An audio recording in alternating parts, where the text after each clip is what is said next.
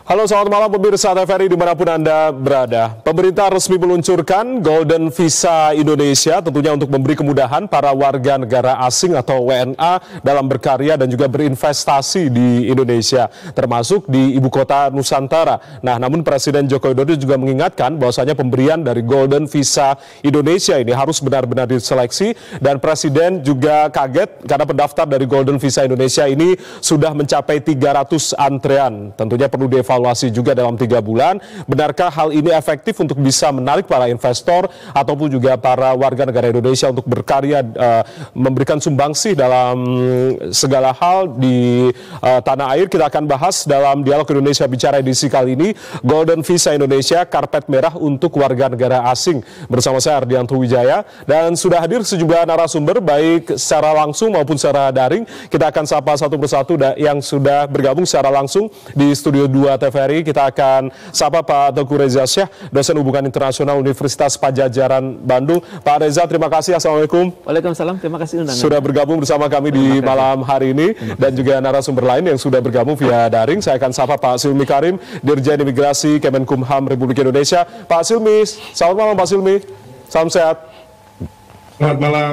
Baik, terima kasih sudah bergabung bersama kami Pak Silmi, dan juga ada Ibu Siti Ruhaini Zuhayatin, tenaga ahli utama KSP. Bu Siti, selamat malam, salam sehat Ibu. Selamat malam, salam sehat Mas. Baik, terima kasih sudah bergabung bersama kami, dan juga Mas Fitra Faisal, ekonom UI. Mas Fitra, terima kasih sudah bergabung bersama kami. Selamat malam Mas. Selamat malam Mas Jaya. Baik. Sebelum kita akan mulai diskusi kita di malam hari ini, kita akan simak inilah pernyataan dari Presiden Joko Widodo kemarin usai meluncurkan Golden Visa Indonesia. Berikut ini. Saat ini tidak banyak negara yang memiliki pertumbuhan ekonomi yang bagus, stabilitas politik yang terjaga, serta bonus demografi dan sumber daya alam yang melimpah. Artinya, seharusnya Indonesia bisa menjadi negara tujuan investasi yang menjanjikan, bisa menjadi negara tujuan para global talent untuk berkarya. Semua itu akan memberi multiplier efek besar buat negara, mulai dari capital gain, kesempatan kerja, transfer teknologi, peningkatan kualitas SDM, dan lain-lain. Oleh sebab itu, hari ini kita akan luncurkan layanan Golden Visa untuk memberi kemudahan kepada para WNA dalam berinvestasi dan berkarya di negara kita Indonesia, sehingga menarik lebih banyak good quality travelers untuk invest while stay dan productive while stay. Tapi ingat, hanya untuk good quality travelers. Sehingga harus benar-benar selektif, benar-benar diseleksi, harus benar-benar dilihat kontribusinya.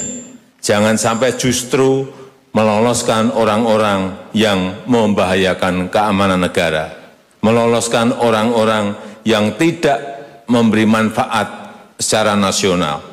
Saya juga berharap fasilitas Golden Visa Indonesia ini segera disebarluaskan dan segera disosialisasikan, lakukan secara masif lewat berbagai kanal, sehingga dapat terjangkau lebih banyak top investor dan top global talent.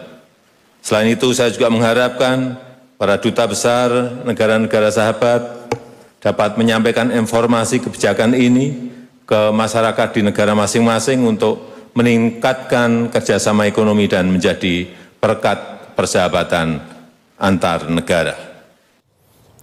Ya, kemarin Presiden Joko Widodo kembali menegaskan bahwasanya Golden Visa Indonesia ini hanya untuk warga negara asing yang tentunya memberikan manfaat baik dalam berkarya di tanah air ataupun juga nantinya akan berinvestasi. Langsung saya akan ke Pak Silmi. Pak Silmi, artinya ini terobosan bagi Kemenkumham untuk kemudian menarik sebanyak-banyaknya para investor untuk kemudian nanti akan berinvestasi di Indonesia. Seberapa optimis tentunya nantinya dampak dari Golden Visa Indonesia ini terhadap investasi Indonesia ataupun juga para warga negara asing, tadi dikatakan Pak Presiden bagi global talent begitu untuk kemudian berkarya juga di tanah air, Pak Silmi.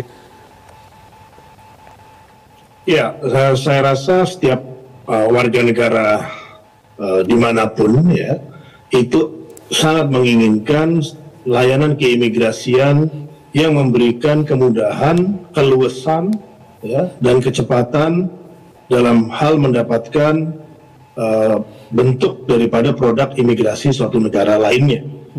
Nah, kita melihat bahwasanya di Golden Visa ini warga negara asing itu bisa mendapatkan juga kesempatan untuk tinggal, kemudian berkunjung berkali-kali, kemudian bisa bekerja, ya, dan juga berbisnis sekaligus berinvestasi.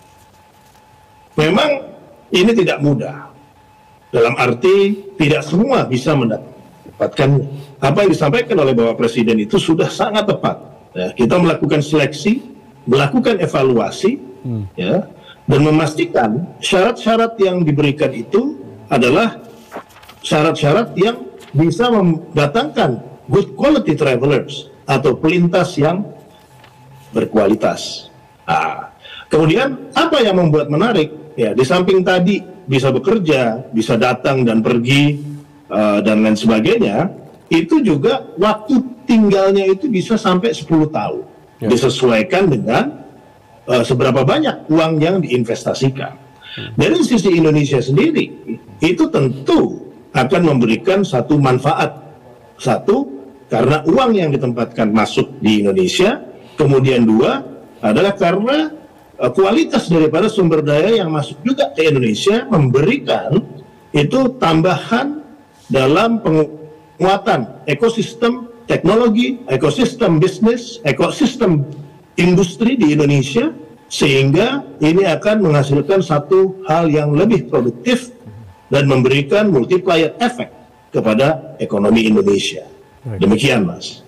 Baik, saya langsung ke Bu Siti. Bu Siti, tadi banyak sekali harapan terkait dengan Golden Visa Indonesia ini begitu.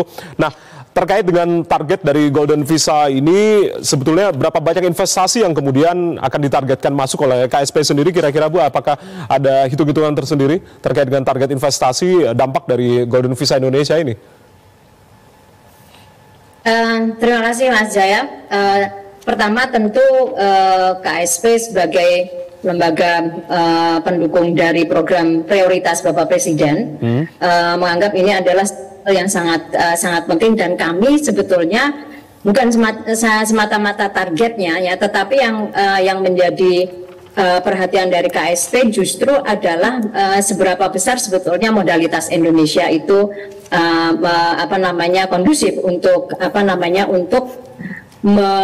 untuk merespon dan menyongsong ya Golden Visa ini. Nah, sebelum sampai pada satu target, yang pertama adalah bagaimana kita memastikan bahwa apa yang tadi disampaikan oleh Pak Dirjen tentang kemudahan ya, dan tentang juga trust ya dari warga negara asing ke Indonesia. Yang pertama adalah memastikan adanya balance ya antara stability dan demokrasi. Ini sangat penting sekali. Jadi bagaimana stabilitas itu juga terjaga, tetapi demokrasi juga berjalan ya, secara balance, sehingga ini memberikan satu kepercayaan kepada calon investor kita bahwa sebetulnya Indonesia ada di dalam satu good shape ya, di dalam proses mengelola dua aspek yang sangat penting, yaitu stabilitas dan juga demokrasi. Kemudian yang kedua adalah yang itu terkait dengan dengan tugas kami adalah juga memastikan kesiapan psikososial dari masyarakat. Karena bagaimanapun ini adalah satu kebijakan baru yang ini mengundang orang asing, ya, meskipun tadi Pak Dirjen sudah sangat menekankan, Presiden sudah sangat menekankan bahwa ini adalah selektif, ini adalah investor yang cukup potensial, ya, yang dapat meningkatkan produktivitas Indonesia. Tetapi masyarakat juga perlu kita lakukan satu analisis yang yang cukup mendasar secara psikososialnya, karena bagaimanapun kita sekarang ini sedang menghadapi apa yang disebut dengan angry society. Ya. Mungkin secara faktual tidak terlalu terasa, tetapi secara virtual itu sangat kita rasakan bagaimana Indonesia sekarang sudah masuk di dalam angry society, sehingga kantor staf presiden melakukan satu proses koordinasi sehingga persoalan-persoalan ini bisa dapat kalaupun tidak dikendalikan, setidaknya ini dapat dimonitor dengan baik, sehingga nantinya akan memberikan pesan, ya, kepada para investor ini bahwa sebetulnya apapun yang terjadi di Indonesia ini sebetulnya negara hadir, negara memiliki kesiapan untuk itu. Nah, tentang masalah target, tentu ini masih tetap kita analisis, terutama di kedeputian 3 yang itu terkait dengan masalah ekonomi. Demikian, Mas. Baik, untuk targetnya kita masih terus tunggu, karena Deputi 3 akan terus menganalisa terkait dengan target investasi untuk kemudian nantinya tidak hanya bermanfaat bagi Indonesia, tapi juga yang sedang dikejar adalah terkait dengan investasi di ibu kota Nusantara. Saya langsung ke Pak Reza. Pak Reza, tadi ada beberapa hal yang perlu diperhatikan begitu terkait dengan kesiapan Indonesia dalam hal kondusivitas menyongsong Golden Visa Indonesia tadi. Balance antara stabilitas dan juga demokrasi dan juga kesiapan dari psikososial masyarakat. Dunia luar melihatnya terkait dengan kesiapan Indonesia dalam pengaplikasian Golden Visa Indonesia seperti apa, Pak Reza? Ya, kalau saya tadi merujuk pada statement Presiden, ya, kita punya angka bagus kan, pertumbuhan ekonomi bagus, bonus demografi terjadi, jadi kira-kira tahun 2030 nanti penduduk kita yang berusia muda, berbakat, produktif, sehat itu jumlahnya besar kan. Kemudian sumber alam melimpah, oke, ini adalah modal kita, dan juga ekonomi yang tumbuh, ya tentu kita perhatikan dengan sungguh-sungguh kan. Cuman yang penting kita sadari lebih mendalam bahwa sebelum mereka itu datang, kita hendaknya kuat dengan peraturan perundang-undangan. Kalau tadi kita lihat dalam film Pak Jokowi bersalaman dengan Sinteyong. Siapa yang nggak tahu Sinteyong? Kredibilitasnya luar biasa, reputasinya global, dikenal di sini di sana dan tidak punya cacat, ya. Mohon kita sama-sama menyimak bahwa dalam kita mendatangkan orang asing itu sebenarnya ada aturan yang harus kita kuasai sama-sama. Yakni pasal 29 huruf D dari Undang-Undang Nomor 17 tahun 2011. Saya ulangi, pasal 29 huruf D dari Undang-Undang Nomor 17 tahun 2011. Jadi berdasarkan pasal ini tentang intelijen negara yang menyatakan bahwa BIN membuat rekomendasi yang berkaitan dengan orang, garis miring lembaga asing, termasuk dalam memberikan rekomendasi kewarganegaraan. Rekomendasi berisi persetujuan atau penolakan terhadap orang dan garis miring atau lembaga asing tertentu, orang asing menjadi warga negara Indonesia, menetap, berkunjung, bekerja, meneliti, belajar, atau mendirikan perwakilan di Indonesia, dan terhadap transaksi keuangan yang berpotensi mengancam keamanan nasional. Artinya harus ada kolaborasi antar kementerian lembaga? Ya, semua lembaga Indonesia. Jadi selain imigrasi, kepolisian RI harus bertindak, harus jaga-jaga, badan intelijen negara terutama sekali sebagai mata dan telinga negara itu harus awas. Jangan sampai yang datang itu nanti musang berbulu ayam. Kita incer kreativitasnya, kita incer duitnya, tapi tahu-tahu ternyata mereka melakukan kegiatan-kegiatan terlarang di Indonesia. Jadi mohon badan intelijen negara sangat berhati-hati soal ini. Kalau kita dapetin orang-orang sekaliber Sintayong, sekaliber industriawan dari Microsoft, Bill Gates, ya nggak apa-apa. Ini mohon kita hati-hati sekali. Jangan sampai nanti seperti yang tadi Ibu Siti katakan, berdampak terhadap stabilitas dan demokrasi di dalam negeri, kemudian berdampak pada kesiapan sosial masyarakat, kemudian berdampak juga pada produktivitas. Mungkin ternyata kita duga lebih awalnya produktif, ternyata begitu masuk ke dalam, uangnya menjadi tidak produktif. Uangnya datang, tapi dia putar sedemikian rupa kan. Kemudian dampaknya terhadap angry society. Kita sekarang dalam negeri sedang sulit. Ya, kita berharap ekonomi kita membaik ya, produktivitas masyarakat menaik ya. Tapi kan namanya produktivitas pembangunan itu nggak merata di seluruh tanah air kan. Jadi kemungkinan ada wilayah-wilayah tertentu yang penduduknya barangkali sedang susah, kemudian melihat orang asing kok demikian mudahnya datang ke Indonesia. Sedangkan mereka sangat sulit bekerja, sangat sulit berkarya. Akibatnya terjadi gejolak sosial baru. Sebelum hal ini terjadi, mohon Badan Intelijen Negara bekerja keras. Oleh karena itu harus direview selama beberapa bulan sekali begitu ya. Ini yang kemudian nanti akan dijelaskan juga oleh Pak Silmi. Saya langsung ke Mas Fitra. Mas Fitra masih bergabung ya? Baik, Mas Fitra, terkait dengan tujuan utama, salah satunya dari penerapan dari Golden Visa Indonesia ini adalah menarik investor sebanyak-banyaknya begitu, dan juga nantinya para WNA kita yang tentunya berkarya di tanah air. Apakah ini juga efektif untuk bisa menarik para investor masuk ke Indonesia dengan adanya Golden Visa Indonesia, Mas Fit?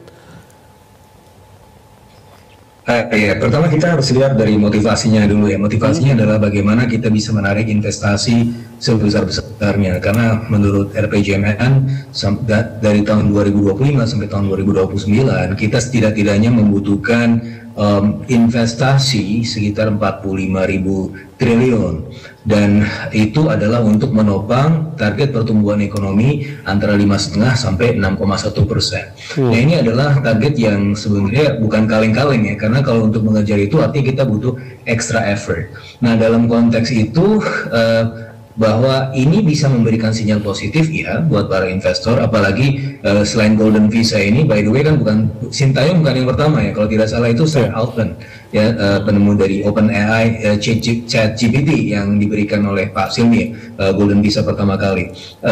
Ya, selain itu kan kita juga memiliki Special Economic Zones yang diperluas, kemarin juga ada kebijakan itu. Tapi ingat bahwa ini adalah baru pintu gerbangnya saja, halaman muka, tampilan awal. Karena apa yang dikehendaki oleh investor tidak hanya kemudahan dan fasilitasi di awal, tetapi juga absorptive capacity dari perekonomian Indonesia. Apa itu absorptive capacity? Salah satunya adalah dari skill set dari labor kita yang ternyata dalam beberapa konteks regional itu tidak compatible dengan kebutuhan para investor. Sehingga pada akhirnya dia dengan sangat leluasa memindahkan perhatiannya bukan ke Indonesia, tetapi juga ke tempat lain seperti Vietnam, Thailand, Malaysia, bahkan Myanmar dan Kamboja. Itu yang dinamakan oleh sebagai investment diversion. Nah, motivasi atau niat baik saja tidak cukup. Tentunya perlu adanya usaha yang lebih komprehensif. Tadi seperti yang disampaikan oleh Bapak dan Ibu sebelumnya tentang bagaimana angkara murka atau potensi angkara murka dari middle class yang biasa disebut sebagai Chilean paradox, dan itu sangat sahih Mas Jaya, karena kalau kita ngeliat angkanya sekarang itu porsi dari middle class kita tinggal 17%, 2019 21%, 2010 itu sekitar 26%. Artinya porsi middle class kita itu justru terjerembab bocor masuk ke aspiring middle class, ke kelas yang lebih bawah, atau yang biasa disebut sebagai dari zona nyaman ke zona makan, gitu ya. Nah, dalam konteks itulah kemudian kita butuh untuk membangkitkan industri ya. Jadi sekarang sedang ada deindustrialisasi, kita topang dengan investasi, maka ada industrialisasi. Tapi sekali lagi PR-nya itu tidak selesai dengan membuka gerbang, tetapi kita harus membereskan rumah kita yang kotor-kotor itu dibersihin, dibuang atau bahkan di overhaul. Karena kalau tidak ya tamunya akan pindah ke tempat lain. Oke, menarik. Nanti saya akan minta tanggapan dari Pak Silmi apa yang tadi sudah diungkapkan oleh Bu Aini, lalu juga Pak Reza dan juga Mas Fitra. Usai jeda kita masih akan kembali membahas terkait dengan Golden Visa Indonesia, karpet merah untuk warga negara asing. Tetaplah bersama kami.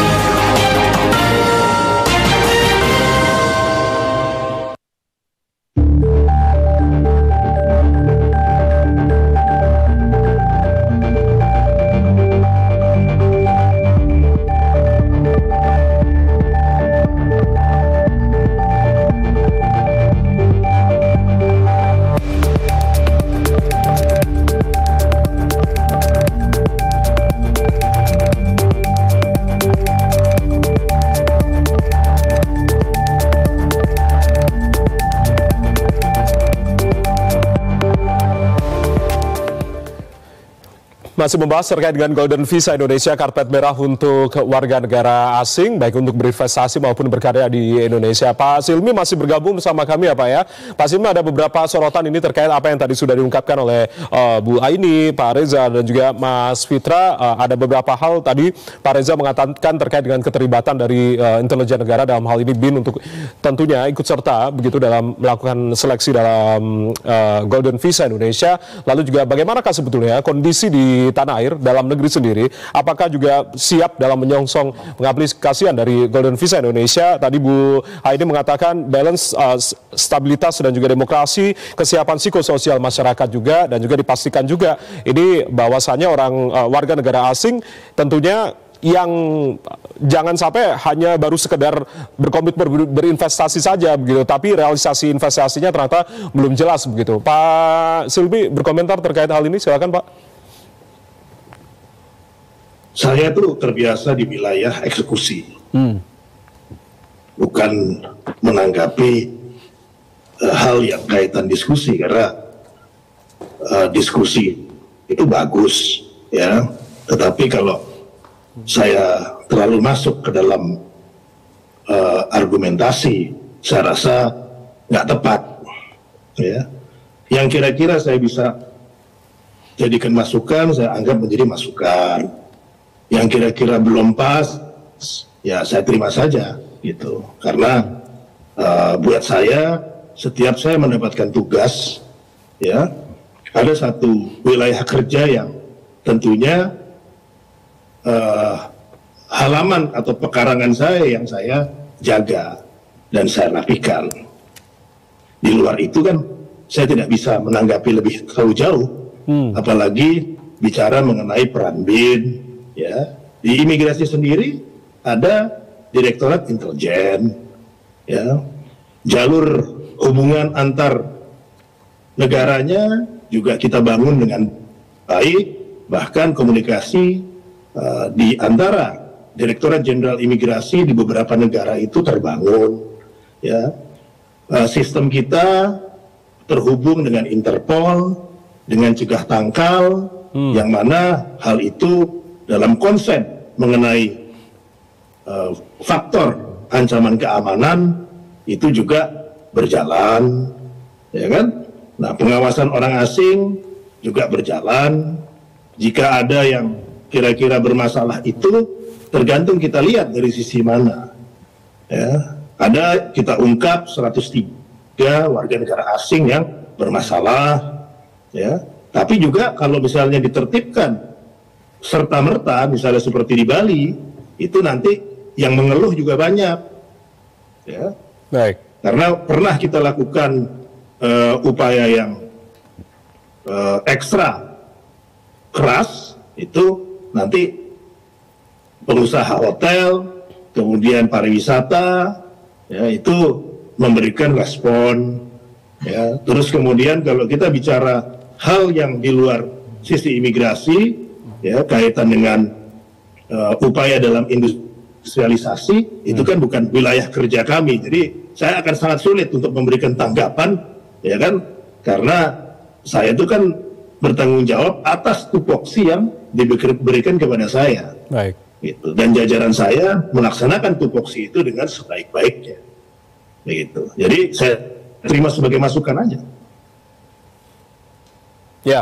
Dan tentunya ini banyak sekali masukan-masukan yang kemudian dalam diskusi ini untuk kemudian nantinya Pak Silmi dan juga rekan-rekan di Kemenkumham untuk kemudian bisa memperbaiki nantinya begitu. Pak Reza, artinya kalau berbicara terkait dengan penerapan Golden Visa Indonesia di banyak negara begitu, ini kan Golden Visanya banyak yang dicabut karena dianggap sebagai sarang orang-orang yang berinvestasi terkait dengan tindak pidana pencucian uang, lalu juga terkait dengan tindak pidana lintas negara lain. Apa kemudian yang tentunya menjadi perhatian bagi Kemenkumham dan juga pemerintah dalam hal ini untuk kemudian bisa menyeleksi secara ketat? Tadi Pak Presiden mengatakan sudah 300, banyak ternyata, kaget juga Pak Presiden dengan antusias luar biasa. Apa kemudian yang harus diperhatikan kembali terkait dengan menjaga keamanan negara ini? Dalam menjaga keamanan negara ini, tadi benar Pak Silmi mengatakan beliau bertanggung jawab pada tugas pokok beliau kan. Ya. Tapi kita harus hendaknya ingat juga bahwa dalam negara ini banyak lembaga-lembaga lain yang berwenang, yang berkepentingan juga kan, yang punya tanggung jawab juga kan. Ya untuk itu kita harus meningkatkan koordinasi, integrasi, sinkronisasi, dan sinergi dari semua lembaga tersebut, Pak. Jadi oke lah kita memikirkan suatu output di mana yang datang itu hendaknya the best talent kan. Tapi hendaknya kita juga belajar dari negara-negara lain. Hari ini saya mencoba melihat bagaimana Australia menanggapi hal ini ya. Dari dokumen koran South China Morning Post dikatakan bahwa hari ini Australia itu sedang mengevaluasi Golden Visa Scheme ya, yang ditujukan untuk exceptionally talented migrants. Karena sudah ada 110 lamaran yang diproses ulang. Karena Australia ini khawatir mereka itu investasinya jangka pendek, bukan jangka panjang. Tentunya kita sebagai negara sedang butuh investasi, kemudian juga berharap bahwa investasi tersebut membawa nilai tambah bagi masyarakat umum. Ya hendaknya mereka benar-benar datang untuk investasi jangka panjang, bukan jadi foreign direct investment, bukannya portfolio investment, datang sebentar, titip dulu, masuk ke dalam rekening negara Anda, kemudian setelah lihat kondisi di dalam negeri kita tidak ideal bagi mereka, mereka pindahkan kan? Karena walaupun kita di ASEAN itu sudah kerjasama kita sudah sangat bagus, ada yang namanya ASEAN Community kan, ada yang namanya ASEAN Political Security Community, ASEAN Economic Community, ASEAN Socio Cultural Community, kita punya nanti ASEAN Free Trade Area. Tapi dalam kenyataannya kita saling bersaing kan. Jadi titik lemah Indonesia sekecil apapun itu akan digunakan oleh negara lain untuk menarik investor tersebut. Kalau kita misalnya mereka anggap lemah di bidang grace period, mereka kasih grace period lebih baik.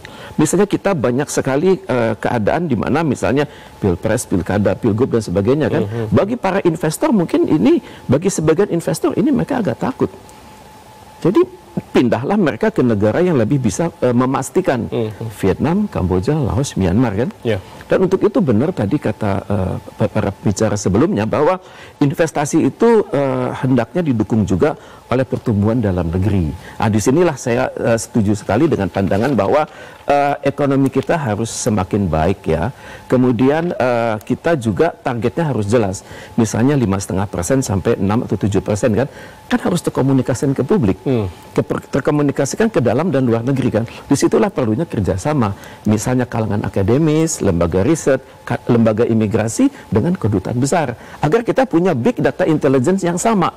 Dan big data intelligence yang sama ini hendaknya kokoh, kuat, tidak bisa dinetralisir oleh pihak-pihak di luar yang berusaha menjebol sistem informasi kita kan.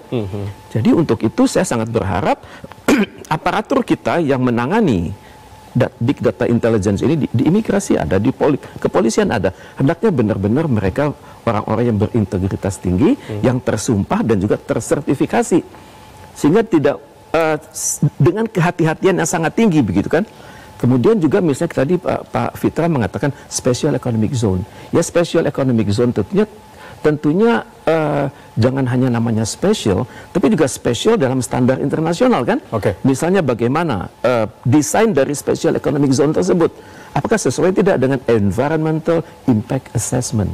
Apakah sesuai juga dengan kriteria namanya misalnya Sustainable Development Goals.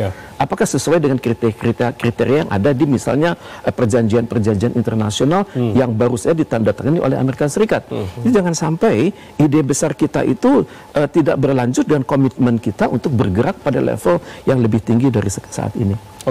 Itu yang tentunya menjadi perhatian kita bersama nantinya begitu ya. Saya ke Mas Fitra, sebelum nanti saya minta tanggapan dari Bu Rohaini begitu. Mas Fit, artinya tadi sudah dijelaskan juga oleh Pak Reza dan juga Pak Silmi begitu. Kesiapan dan juga daya saing sebetulnya dalam iklim investasi di tanah air di masa transisi pemerintahan yang nantinya akan menuju ke pemerintahan baru, yakni pemerintahan Presiden terpilih Prabowo Subianto begitu. Apa yang kemudian Anda lihat dengan tentunya pelaksanaan dari Golden Visa Indonesia ini, Mas Fitra? Ya, sekali lagi saya rasa motivasinya baik gitu ya. Tetapi tentu kita lihat bagaimana nanti kompleksitasnya di lapangan, terutama kalau kita bicara mengenai kepentingan investor.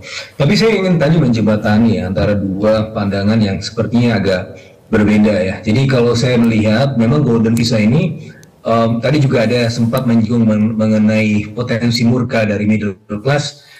Yang jelas ini tidak menimbulkan potensi murka itu kalau melihat dari peraturannya begitu kan. Ini kan orang kaya nih, super rich kayak Sam Altman atau mungkin nanti Elon Musk bisa dikasih. Nah itu sebenarnya tidak bersinggungan karena ini sifatnya lebih ke white collar, dan itu juga kalau kita bandingkan antara tipikal investasi dari Jepang dan China misalnya selama beberapa tahun terakhir, kenapa Jepang kita selain peristiwa malari kok tidak terlalu marah ketika mereka masuk? Karena yang masuk dari mereka adalah bukan blue collar tapi white collar. Nah, karena mereka memang kekurangan blue collar begitu kan. Tapi ketika investasi dari China yang masuk, kenapa tiba-tiba orang menjadi lebih sensitif? Karena yang berada di lapangan adalah blue collar versus blue collar, di mana kita lebih banyak blue collar. Dan saya rasa dari sisi golden visa ini kan kita nggak ingin menangkap yang blue collar, kita ingin menangkap yang white collar, dan oleh karena saya rasa potensi persinggungan itu minimal. Nah, oleh karenanya yang saya lihat di sini adalah bagaimana kita membenahi satu sisi ini Pak Silmi, oke, sebagai penjaga gerbang kita, tapi di sisi yang lain, nah maka kementerian-kementerian lain harus membantu Pak Silmi. Untuk apa? Untuk supaya yang masuk ya betah di sini gitu kan. Karena yang terjadi adalah selama beberapa tahun terakhir, tadi Pak Reza juga sempat sampaikan special economic zones, kalau saya bandingkan dari beberapa penelitian saya, itu di within special economic zones dan di luar special economic zones tidak ada perbedaan yang sangat signifikan. Kenapa? Karena sekali lagi ada red tapes. Nah itu yang kemudian harus dibenahi ke depan gitu kan, debirokratisasi dan juga deregulasi dan juga utilisasi local resources. Nah itu yang menjadi suatu fokus ya yang harus kita kerjakan ke depan. Karena biar bagaimanapun begini Mas, kita memang banyak sekali potensi labor, tapi di sisi yang lain ada banyak sekali ketika investasi masuk, labornya terdisplace. Kenapa? Karena tidak kompatibel dengan kepentingan mereka, dan itu terjadi. Ya, saya dalam beberapa buku saya menunjukkan itu. Nah, oleh karenanya ya saya rasa ini adalah satu hal, stage pertama. Stage berikutnya adalah ya tadi bersihin rumah kita supaya nanti apa? Supaya nanti mereka betah, nyaman berinvestasi di sini. Nah, saya juga tadi menanggapi dari Pak Reza tentang portfolio investment. Saya rasa ini mereka tidak masuk portfolio. Kalau portfolio itu yang selama ini kita hadapi ya di market ya, capital outflow dan capital inflow. Apa yang saya lihat di sini adalah sebenarnya lebih potensi foreign direct investment. Dan itu sebenarnya kan dipatri di peraturannya ya. Cuma memang sekali lagi ya, ini kan kita easier said than done.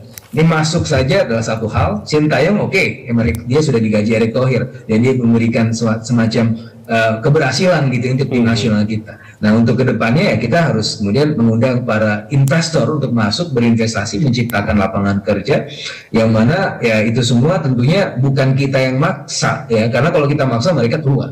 Ya. Mereka harus suka rela masuk di sini ya, dan untuk menciptakan peluang-peluang tersebut gitu. Mas Jaya. Oke, saya langsung ke Bu Siti Rohaini. Bu Siti, banyak sebenarnya upaya pemerintah ini untuk bisa menarik investor sebanyak-banyaknya yang begitu. Sebelumnya kita tahu bahwasanya ada Undang-Undang Ciptaker juga yang diklaim untuk bisa menarik investor sebanyak-banyaknya begitu. Ada juga hak guna lahan di Ibu Kota Nusantara yang kemudian kabarnya sampai dengan 190 tahun atau kurang lebih 2 abad begitu. Apakah ini kurang cukup, Bu, sehingga pada akhirnya pemerintah dalam hal ini juga pemerintah mengeluarkan juga Golden Visa Indonesia untuk kemudian bisa memberi tambahan investor, khususnya apalagi investor yang nantinya akan berinvestasi di Ibu Kota Nusantara. Bu Siti, silakan. Ya, tadi kita sudah mendengarkan beberapa hal ya. Jadi Golden Visa ini kan tidak berdiri sendiri tentu ya.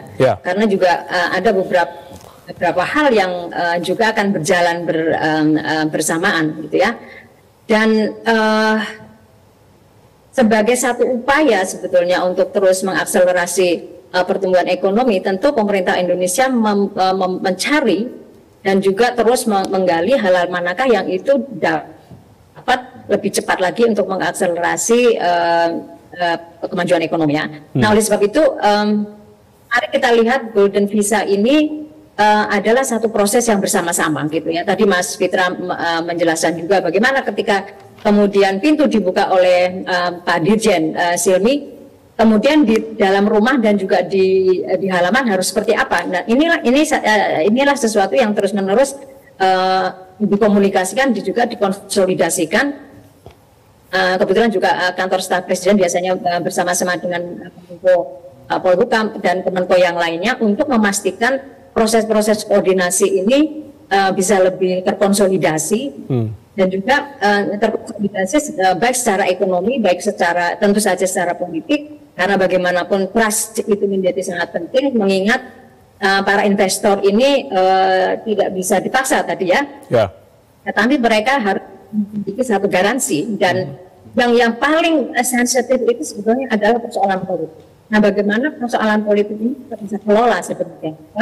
Ya, dan alhamdulillah namanya kemarin pilpres kita juga cukup tidak terlalu seperti yang kita khawatirkan, dan pilkada ini tentu saja juga demikian, sehingga sekali lagi bahwa memastikan bahwa investasi itu membutuhkan stabilitas, tapi juga di satu sisi yang lain masyarakat internasional juga mempunyai satu awareness tentang demokrasi. Nah, bagaimana kedua hal ini bisa kita mencari titik temu gitu, yang itu kondusif untuk investasi ini. Jadi itu satu hal yang terus kita pastikan bahwa itu bisa terjadi, sehingga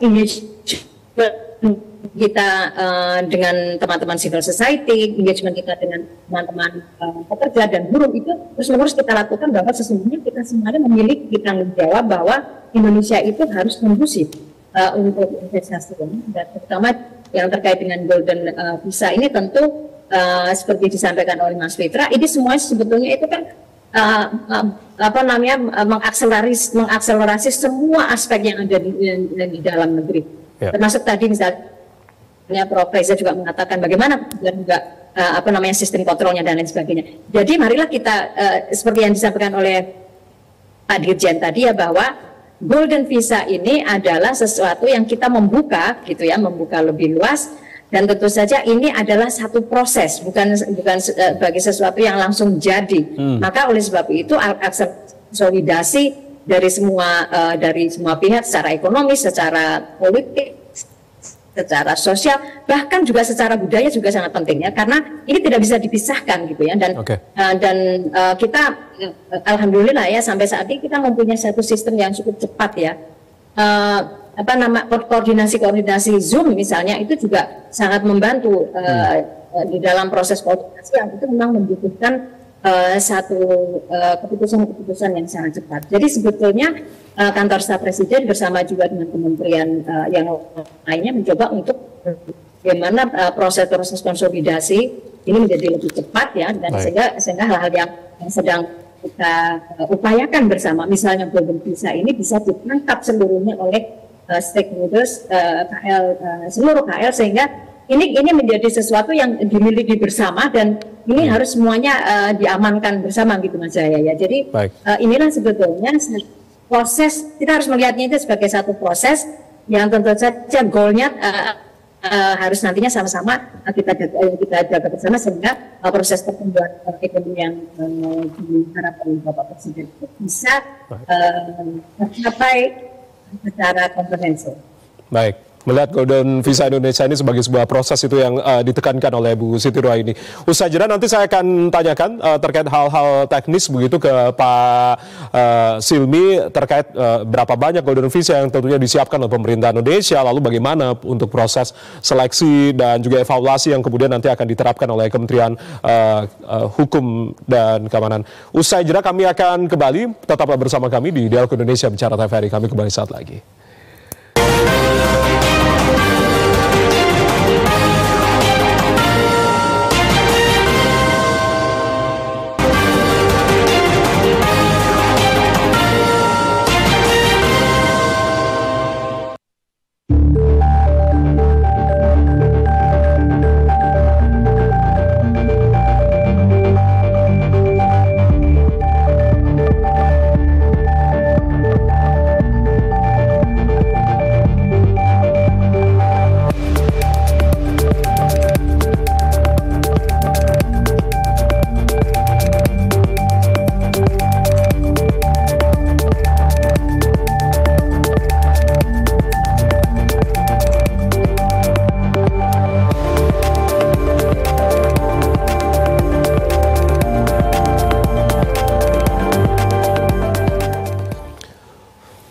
masih membahas terkait dengan Golden Visa Indonesia yang tentunya menarik perhatian adalah Presiden Jokowi kemarin juga mengungkapkan bahwasanya kaget dengan antrean yang mencapai 300 orang begitu. Saya langsung ke Pak Silmi.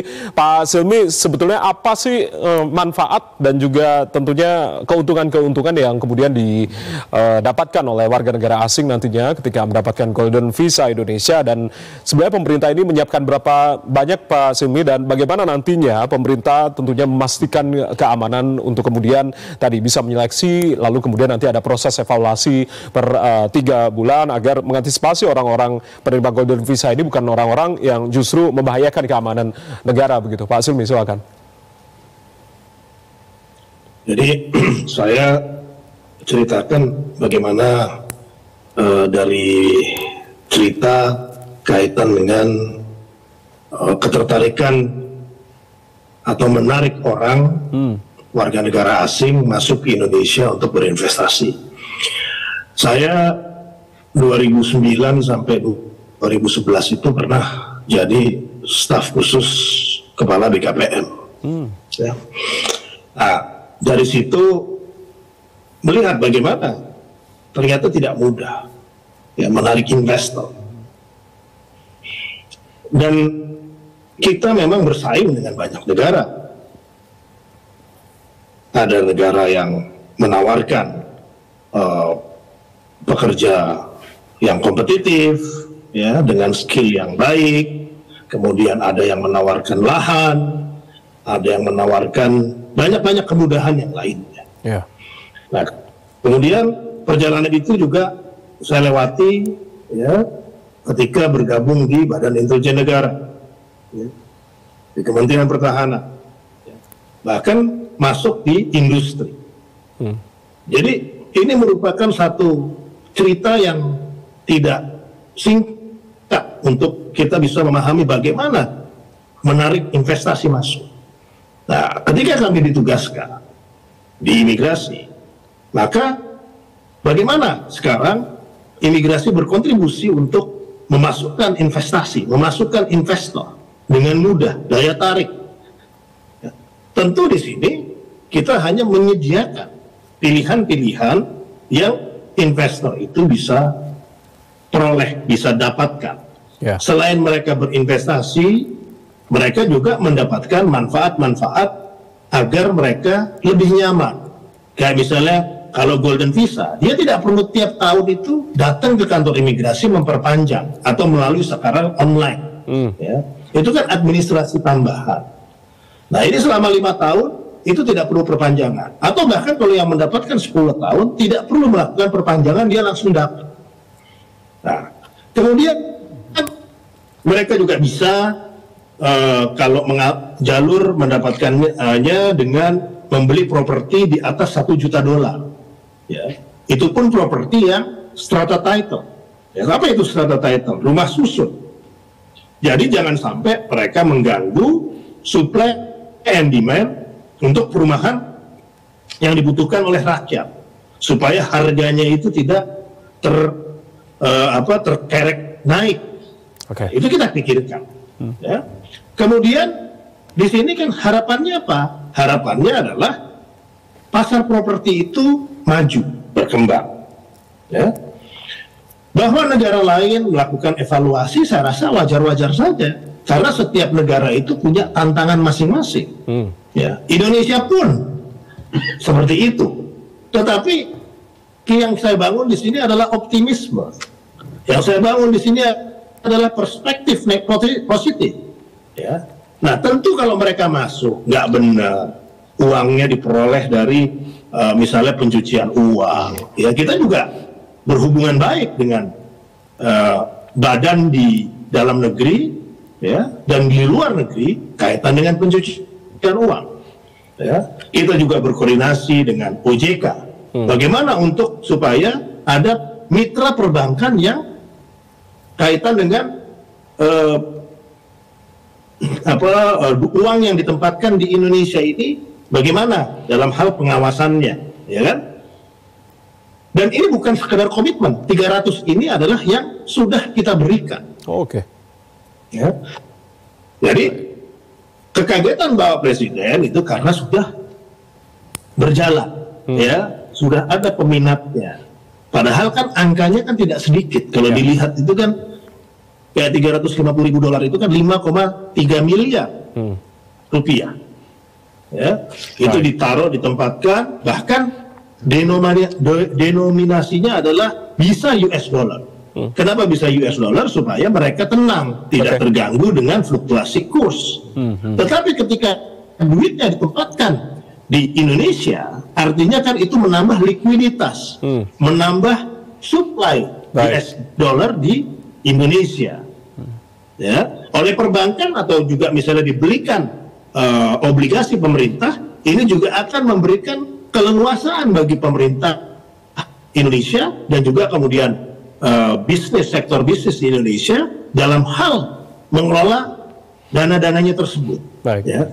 Dengan 300 pemohon atau yang sudah mendapatkan Golden Visa, itu nilainya sudah 2 triliun yang masuk ke pasar Indonesia atau ke Indonesia. Nah, artinya di sini kita lihat gitu ya, nanti 1 tahun itu bagaimana? Kalau misalnya nanti bisa masuk ke 10 triliun, ke 100 triliun, nah ini kan baik. Di saat banyak orang misalnya melarikan uang ke luar negeri, kita mendatangkan uang. Di saat orang susah payah mendapatkan izin tinggal atau mendapatkan kesempatan untuk bisa mendapatkan layanan yang baik, fleksibel, tetapi tidak juga bisa seenaknya gitu ya. Itu kita memberikan itu. Jadi ini adalah additional atau tambahan fasilitas yang dapat dinikmati oleh warga negara asing. Ya kalau nggak beres ataupun juga misalnya warga negara asing tersebut tidak bisa memberikan manfaat kepada Indonesia, ya kita cabut Golden Visa-nya. Secara sistem bisa dilakukan. Demikian. Baik, tentunya banyak sekali harapan kami, optimisme ini terbangun untuk bisa menghasilkan banyak sekali manfaat dari Golden Visa ini. Waktu kita terbatas, Bapak-Bapak, Ibu-Ibu, artinya tentunya berharap ke depan begitu banyak sekali manfaat yang dihasilkan dari Golden Visa. Apa yang kemudian menjadi harapan, Pak Reza? Singkat saja, Pak. Saya sangat berharap birokrasi Indonesia naik peringkat ya. Kita masuk berpikir seperti tataran luar. Mereka berharap good governance, good corporate governance, human development index, efficiency, effectiveness, standarisasi dengan SDG, kemudian para pekerjanya benar-benar tersertifikasi dan mereka siap bekerja sama dengan budaya internasional. Baik, itu yang menjadi harapan kita bersama juga ya. Bu Raini, apa yang menjadi harapan Bu dari KSP sendiri dengan aplikasian dari Golden Visa Indonesia ini? Arahan Bapak Presiden sangat jelas dan juga jelas. Indonesia is back again to the global map. Itu sebetulnya Mas. Sehingga tentu secara ekonomi, secara politik ya terutama ekonomi dan politik itu harus lebih kuat, dan Presiden sudah menyampaikan bahwa we should go back to the global map. Itu kira-kira gitu Mas. Jaya. Secara ya. Mas Fitra, terakhir singkat saja Mas, apa yang kemudian menjadi harapan dari optimisme banyak sekali manfaat yang mungkin bisa kita ambil dari Golden Visa Indonesia ini? Silakan Mas Fitra, singkat saja. Ya, saya rasa manfaatnya banyak sekali. Sebagaimana ekonom masyhur Bela Balasa asal Hungaria pernah menyampaikan bahwa untuk mencapai complete economic integration, salah satu tahapan yang perlu kita lalui adalah free flow of capital and labor. Dan oleh karenanya ini adalah satu tahapan yang akan kita lalui ya untuk kemudian mencapai ekonomi atau integrasi ekonomi yang jauh lebih sempurna di tengah dunia yang tengah terfragmentasi. Ini saya rasa merupakan jawaban atas konsolidasi dan juga internalisasi proses globalisasi.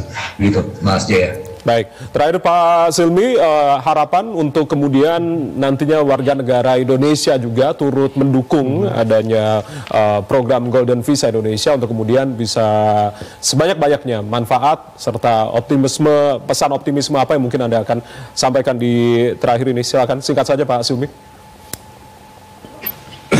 Datang ke Indonesia, Indonesia adalah negara yang menjanjikan untuk masa depan investasi, kemudian harapannya adalah untuk bisa juga mendorong pertumbuhan ekonomi nasional. Baik. Terima kasih Pak Silmi Karim, Dirjen Imigrasi Kemenkumham Republik Indonesia bergabung dari Jepang. Terima kasih. Selamat malam waktu Indonesia Pak Silmi. Terima kasih sudah bergabung bersama kami. Bu Siti Ruhaini juga terima kasih, tenaga ahli utama KSP. Mas Mitra Faisal, terima kasih, ekonomi UI sudah bergabung bersama kami. Pak Teguh Reza Syah, terima kasih sudah bergabung bersama kami di malam hari ini. Salam sehat selalu Bapak-bapak, Ibu, terima kasih sudah bergabung bersama kami. Dan saudara, demikianlah Dialog Indonesia Bicara edisi kali ini. Saya Ardianto Wijaya mewakili teman-teman yang bertugas mengucapkan terima kasih atas kebersamaan Anda. Tetap saksikan TVRI, media pemersatu bangsa. Selamat malam, sampai jumpa.